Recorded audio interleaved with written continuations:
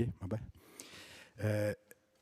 Vorrei cominciare senza commentare proprio l'intervenzione del Presidente della Repubblica Francese Emmanuel Macron, semplicemente rammentando appena ciò che si è passato un anno e la logica politica che ci ha portato sino alle nostre prese di posizione oggi. Durante mesi e mesi avete prima di tutto una maggiorità che vale ciò che la vale, ma che è stata eletta non da un modo, la diaramintà quantunque, insomma, se è romantico, pragmatico o altro, ma uso modo dice a sa maggiorità l'autonomia di plein droit e di plein exercice. C'è stata una validazione dopo mesi di campagna, di voti, eccetera. E siamo giunti in semiciclo in altro e uno dei principali rimproveri che ci è stato addirizzato era di che l'autonomia non si sapeva mica ciò che era. Abbiamo lavorato, abbiamo consultato, ci siamo aduniti, ci siamo contradditi alle volte e abbiamo detto dopo mesi e mesi ciò che era, non era mica così facile, ciò che era l'autonomia e soprattutto abbiamo precisato qualcosa di noi che mi pare importante, abbiamo detto di noi che non era mica l'autonomia. Dicendo ciò che era l'autonomia, abbiamo detto di noi che non era mica l'autonomia. Dopo c'è stato addirizzato un altro rimprovero di oui, mais on ne sait pas ce que vous voulez. Vous avez défini l'autonomie, mais on ne sait pas exactement ce que vous voulez. Alors on s'est réunis en assemblée démocratique, délibérante, on a discuté avec l'exécutif sur proposition de l'exécutif, et on a dit, par un vote démocratique, ce que nous voulions pour ce pays, pour ce peuple, pour les années à venir, les grandes lignes de ce que nous voulons. Donc nous, on peut tout entendre, on est des démocrates bien évidemment, mais on ne peut pas nous reprocher aujourd'hui d'avoir dit en tant qu'élus du peuple, mandaté, je rappelais notre slogan principal de campagne, aussi pour ça, je ne dis pas que pour ça, mais aussi pour ça, on ne peut pas nous reprocher, à un moment donné, de nous être réunis démocratiquement dans une assemblée délibérante, d'avoir discuté et d'avoir dit ce que nous voulions, alors même qu'il y avait une demande présidentielle de la part d'Emmanuel Macron, quelques mois plus tôt, de nous dire « nous voudrions savoir ce que les Corses veulent ». Et même si nous entendons tous les reproches, et ils sont peut-être parfois justes, et nous faisons notre examen d'autocritique lorsqu'il le faut, il n'y a pas de souci à cet égard, mais dire que l'offre est stratosphérique. Je dis simplement que toujours à travers la parole présidentielle, mais je prends la parole présidentielle un petit peu en amont, celle qui a débuté à Beauvau, lorsqu'on nous dit qu'il faut réinscrire la Corse dans son destin méditerranéen. Qu'est-ce que nous avons fait début juillet? Nous avons dit voilà ce qui se passe en Méditerranée, voilà ce qui se passe dans le cadre français, certes ultramarin, un peu plus lointain. Voilà ce qui se passe dans le cadre ultramarin, voilà ce qui se passe en Méditerranée. Nous, peu ou prou, nous voudrions aligner en termes de compétences, en termes de fonctionnement et en termes de démocratie, ce qui se passe dans toutes les îles de Méditerranée. Donc, peut-être pourrions-nous dire aux Espagnols, aux Italiens, aux Portugais qu'ils fonctionnent de manière stratosphérique. Ce n'est pas nous qui sommes stratosphériques dans ce cadre-là. C'est une constitution qui est complètement vissée depuis maintenant plusieurs dizaines d'années et qui rend les demandes et l'interprétation des demandes par certains Corses eux-mêmes comme possiblement stratosphériques ou où nous serions coupables d'avoir dit ce que nous voulons. Simplement, pour rappeler à ce stade du propos, le mot boussole a été employé par le président de l'exécutif, je vais, au nom du groupe, le reprendre à mon compte. Des boussoles, nous en avons 3, principalement. Nous venons d'une histoire qui est partagée par beaucoup ici, sur les bancs de cet hémicycle, et même par les plus jeunes, même si ils ne l'ont pas vécu tous les événements, et moi-même ici à ce micro, mais c'est l'élu du peuple corse.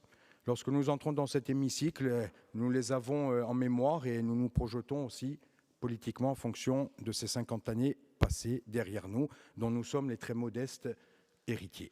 La seconde boussole, c'est la démocratie, parce qu'on fait dans cette histoire parfois comme si les Corses ne s'étaient pas, depuis 10 ans au moins, prononcés à plusieurs reprises avec constance ou augmentation en fonction d'un certain nombre de choses qui sont le dénominateur commun d'une action politique, publique et d'une famille politique.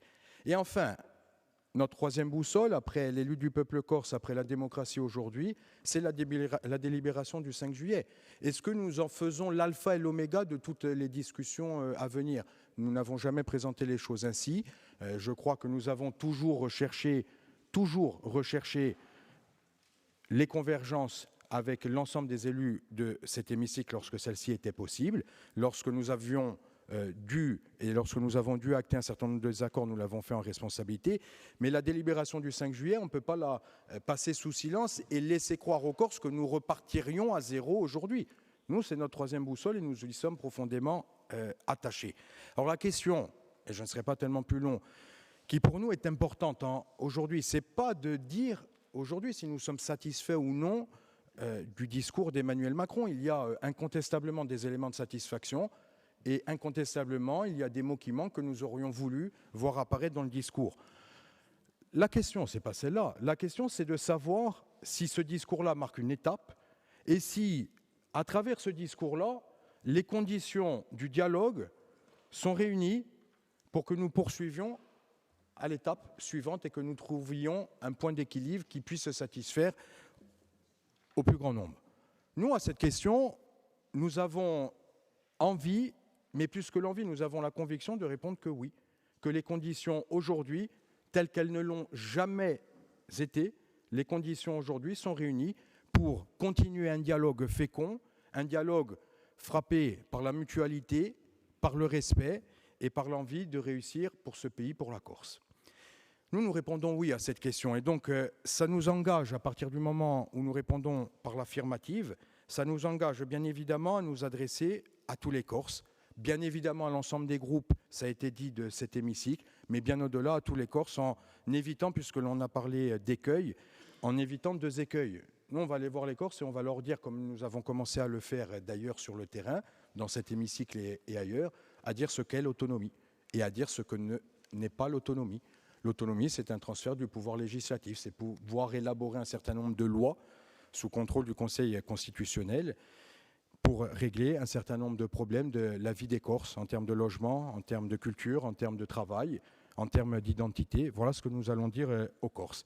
Et nous allons dire aussi aux Corses dans le respect absolu, je pèse mes mots, dans le respect absolu de l'ensemble des membres de cet hémicycle, que le deal, puisqu'on a commencé à l'entendre, ça ne peut pas être une négociation entre deux délibérations 50-50. Ce n'est pas possible.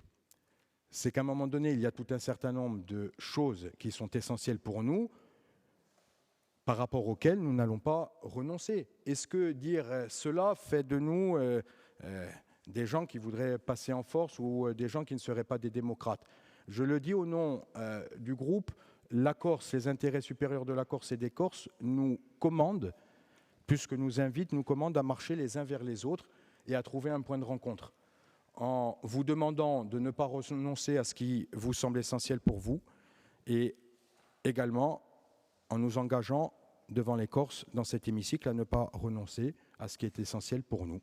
Mais en disant encore une fois, je terminerai là-dessus, que rien de ce qui s'est passé la semaine dernière dans cet hémicycle nous interdit de continuer à dialoguer et de continuer à revendiquer haut et fort ce pourquoi des Corses se sont battus pendant 50 ans et ce pourquoi nous allons continuer à nous battre encore pendant les 6 mois à venir et pendant les années à venir pour les générations futures de la Corse. Merci. A ringraziabi o consigliere